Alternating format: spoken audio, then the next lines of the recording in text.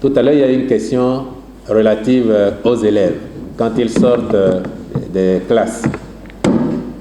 Le ministre l'a dit et je vais réitérer que c'est une question de responsabilité individuelle et collective.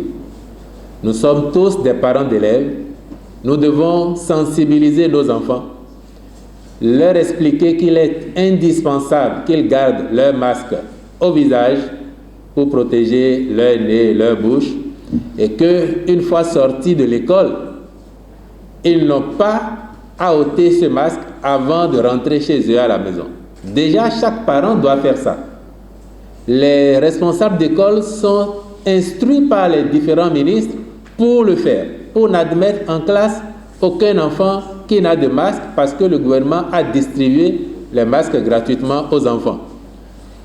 Je peux vous dire à titre personnel que presque tous les matins, je fais le guet à mon portail, tôt pour retourner les élèves qui n'ont pas le masque.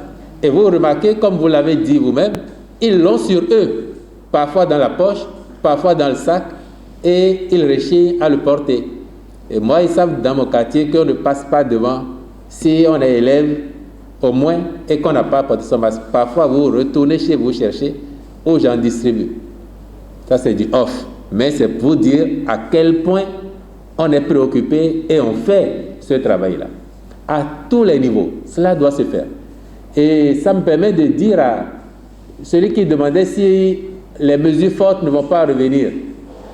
Vous avez noté que dès le départ, le gouvernement a fait l'option d'aller graduellement en tenant compte de nos réalités, en tenant compte de la situation. Les raisons qui expliquent les chiffres d'aujourd'hui, le ministre a essayé de vous les expliquer, mais si nous manquons de discipline collective, si chacun de nous ne s'approprie pas la cause, ne considère pas qu'il doit être un agent anti-Covid et que demain, l'État doit être amené à prendre de nouvelles mesures fortes, eh bien, dans le but de protéger chacun, de préserver la santé publique et l'intérêt supérieur de la nation, le gouvernement ne fera pas l'économie de mesures destinées à préserver nos vies et à préserver le pays lui-même.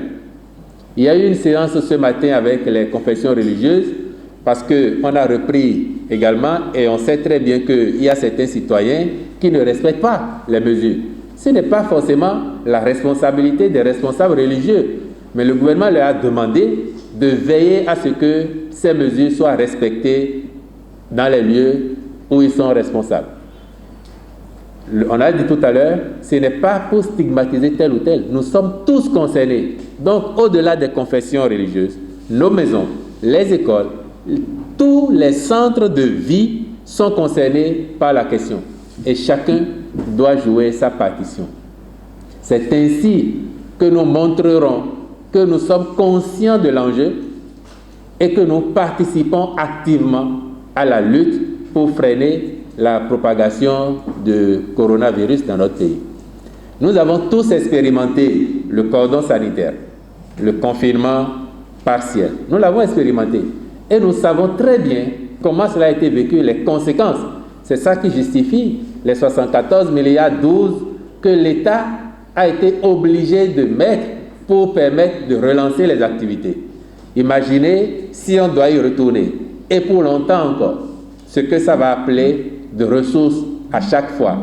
C'est pour ça que chacun de nous doit se dire, dans son quartier, dans sa maison, partout où il passe, qu'il est au service de la République. Parce qu'on est conscient que l'État ne peut pas mettre un policier, un gendarme derrière chaque citoyen pour lui rappeler qu'il doit mettre son masque, qu'il doit se laver régulièrement les mains, qu'il doit éviter de s'agglutiner avec d'autres. On en est conscient. À partir de ce moment-là, jouons notre partition, n'ayons pas peur d'appeler nos compatriotes, nos amis, à respecter les mesures barrières prescrites. Il y va de leur bien, il y va du nôtre. Parce que le ministre l'a dit encore une fois, personne ne sait d'où vient le mal. Personne ne sait qui est porteur du virus et qui se déplace, qui nous fréquente, qui nous rencontre. Personne ne le sait. Ne serait-ce que pour ça, nous avons le devoir de nous protéger en demandant aux autres de se protéger. Et ce faisant, chacun contribue à la protection de l'ensemble.